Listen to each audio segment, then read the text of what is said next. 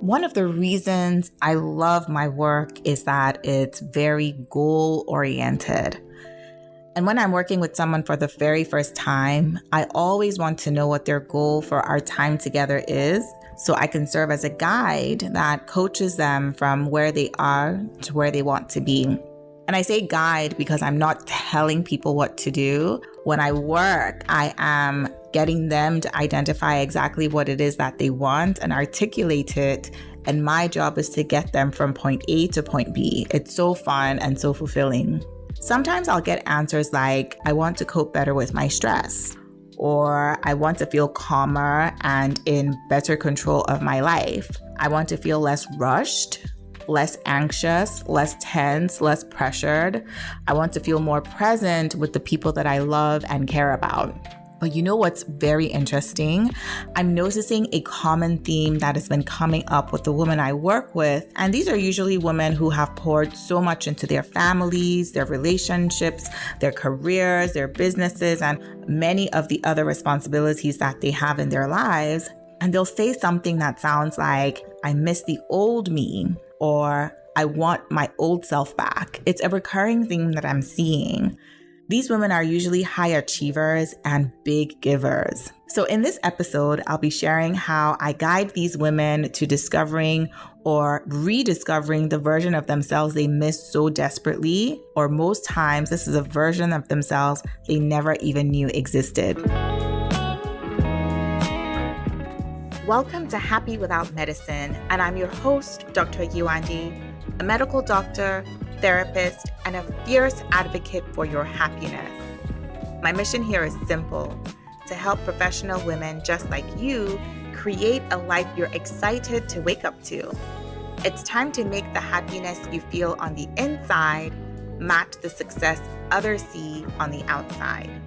Let's get started.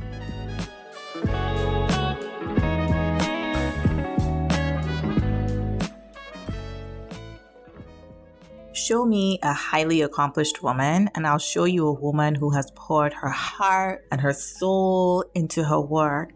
And the natural tendency is, if you are an overachiever, if you're an overachiever in your career, you're most likely an overachiever in all areas of your life. Does this ring true for you? Whether you work in corporate or you are in a service industry like healthcare, or whether you started and you run your own business, being successful takes work. And I know that you are not a stranger to work. I mean, take my industry, for example, medicine. Becoming a physician is delayed gratification at its finest. Many times we stop doing all the things that we love to do because we're so focused on the goal of, first of all, getting into medical school, and then getting through medical school, and then matching to a residency program of your choice, and then being the best physician that we can be. And on top of that, of course, life continues, right? If you've had kids, you're putting your body. And by the way, this is whether you've birthed your kids or not, because God knows that it takes work raising kids. I mean, chasing them around and keeping up with grown children. I mean, it all takes physical and emotional work. Who was it that said that having kids is like having your heart walking outside of your body? It's so, so true. It takes a ton of work to be successful professionally, and it takes a ton of work to be successful personally. And I know that you, girl, you have put in the work. So although, yes, I am here to give you credit, I am here to hand you the flowers you rightly deserve, I'm also here to call you out just a little bit. I mean, I see you. I see that you've given and you've given and you've given to everyone else. You've given to your spouse, your kids, your parents, your patients, but you have completely forgotten to give to the most important person, you, the person that holds the wheel together. You're the spoke. You're the glue. You keep it all together, and you've forgotten to give to yourself. You've stopped spending time with yourself, and so you don't even recognize yourself anymore. You stop taking care of yourself, and so internally you're mean, and it's affecting your mental health. And externally, you stop paying attention to your body and to your physical health. I mean, let me ask you this. When was the last time you enjoyed your own company? Or do you find yourself constantly distracting yourself from yourself? If you are like one of my several clients who says, Dr. Yewande, I miss me, I'm going to give you a few tips that you can use to help rediscover and fall in love with yourself again. I like to say that sometimes when we feel depressed, it's our mind and body's way of saying, girl, enough is enough. Things need to change and they need to change fast. So let's go on to the practical part of this episode. I'm going to share 5 things that you can start doing today to help you fall in love with you again. Number 1, rekindle your most important relationship, and that is your relationship with you. It's going to take some adjustment here, specifically adjusting the expectations that you have of yourself. It's going to take being kind, being compassionate, being empathetic. I mean, I know that you are the type of person that when a friend comes to you with help, you are the first to be empathetic, to be kind, to be compassionate. So you need to reflect that and treat yourself the same way you would treat someone that you love and care about. You are your biggest critic, you're your biggest judge, and you've set your expectations ridiculously too high. They're way too high, and you're killing yourself over things that honestly might not even matter. I had a client actually just earlier today, and she was saying how stressed she feels, particularly in the mornings, getting ready to see her patients. She was saying that she has a bit of performance anxiety because she wants to give them the best. She works with kids and she wants to give them the most up-to-date, most evidence-based treatment. And all of that was causing her to feel stressed and pressured. It was causing her to feel inadequate because she felt like she couldn't stay on top of all the latest research. And this was on top of major health transitions and life transitions that she was experiencing. And so I asked her what she thought the kids needed the most from her. And she went on to say that they just wanted to feel safe, they wanted to have fun, and they wanted to feel excited about their treatment so that they could stay compliant with their treatment.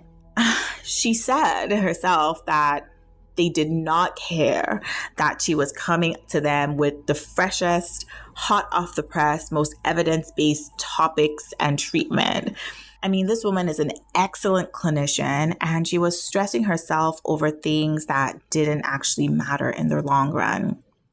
These high expectations honestly can end up backfiring because what ends up happening is that you are so stressed and so focused on the wrong things. You're so really trying hard to get everything perfect, and it's impacting your most really important relationships. And like I said, the relationship with yourself being the top priority. So going on to number 2, it's time to acknowledge how amazing you are, and it's time to start seeing yourself the way others see you. Many high-achieving women have a tendency to exaggerate and blow up and focus on their shortcomings and end up really minimizing and shrinking their greatness and their accomplishments. So one thing that I love to do is I love to get my patients and my clients to send a letter to their closest relationships, their closest friends. So this could be a family member, it could be a coworker, someone who is going to be kind but honest at the same time. And I get them to ask for their strengths. I get them to send a text or an email. So this is not a phone call or a face-to-face conversation, because the idea is to, first of all, keep the record of these replies and also to be able to identify themes, and themes often do come up. So asking them, hey, what are some of my best qualities? What do you value me for? What are my strengths? And yes, I know you are tempted to ask for weaknesses, but that is not the point. Please do not ask for weaknesses. We're only focusing on strengths, okay?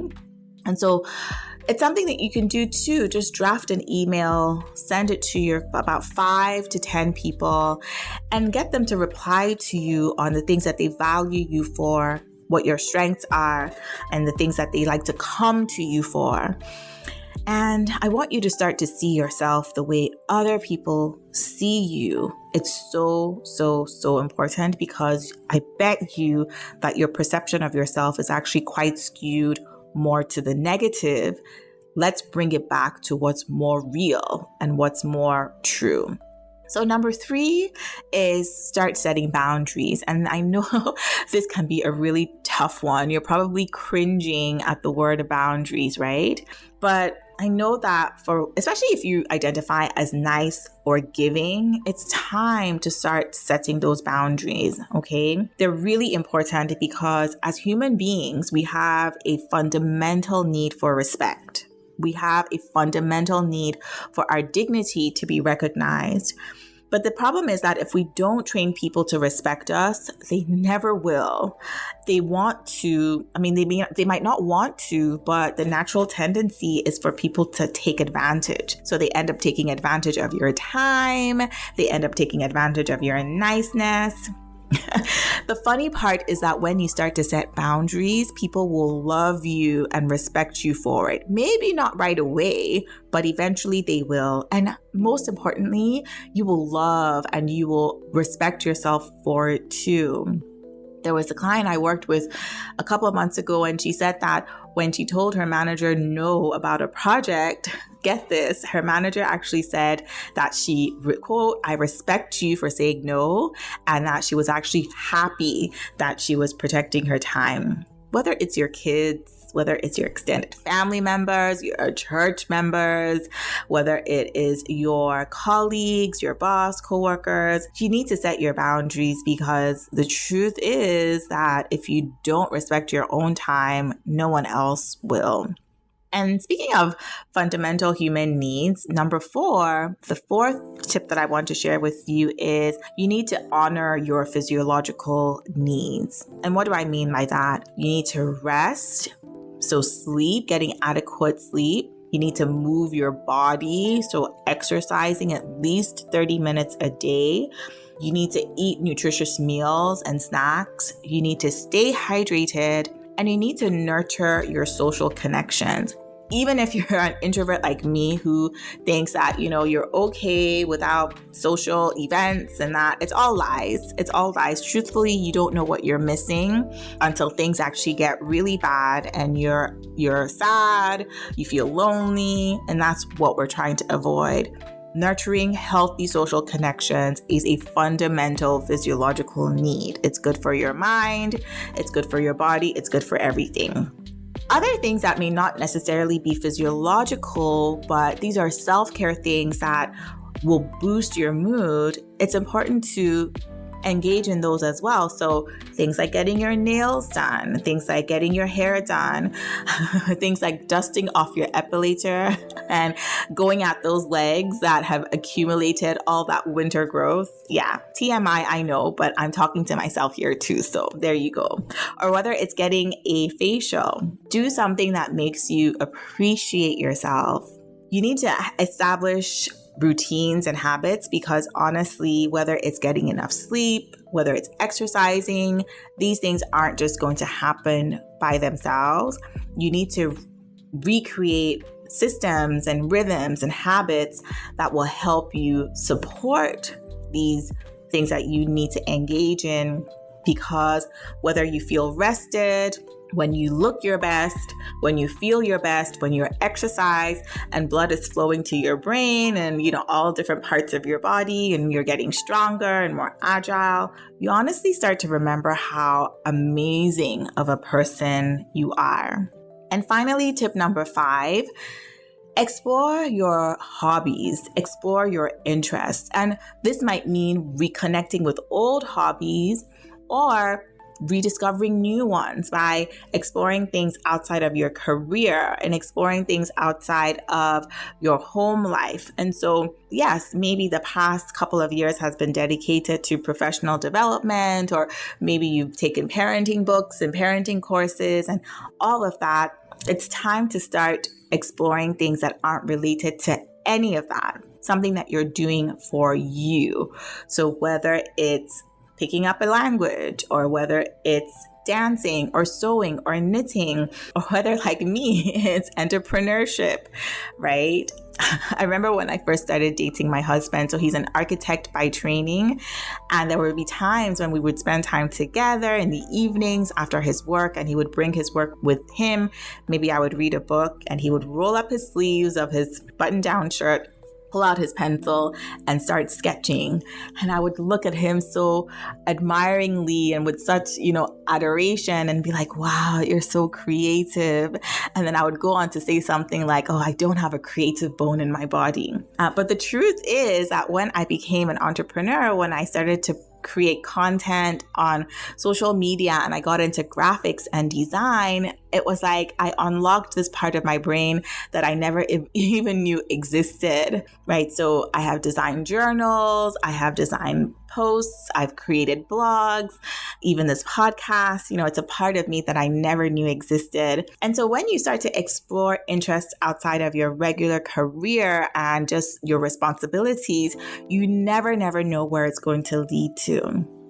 And so to summarize, the 3 tips that I've shared today to help you reconnect with yourself, fall in love with yourself again are: 1, rekindling that relationship, getting to know yourself once again, be kind to yourself, speak to yourself in a way that is loving, acknowledging how amazing you are and starting to see yourself how others see you. And I shared an exercise you could do by sending a letter to people that you trust, people who will be kind and honest, to give you the feedback on your strengths, give you the feedback on the things they value about you.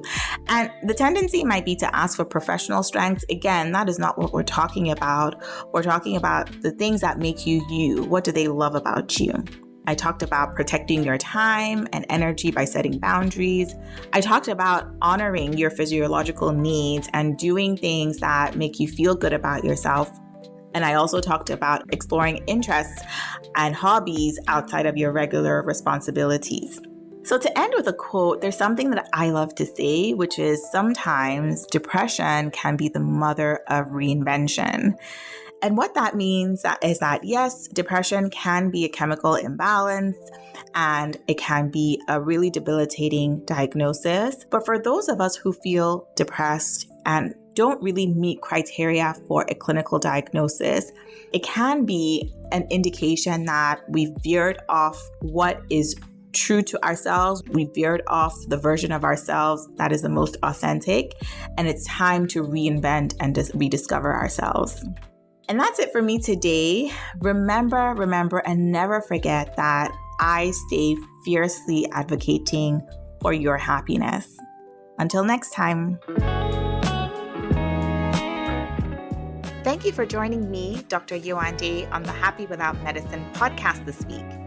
If you enjoyed this episode, I would so appreciate it if you could give it a review on Apple Podcast, because it helps Happy Without Medicine pop up when other women are searching for ways to find their happiness again.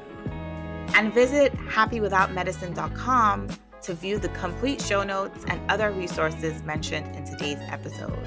I'll catch you next time.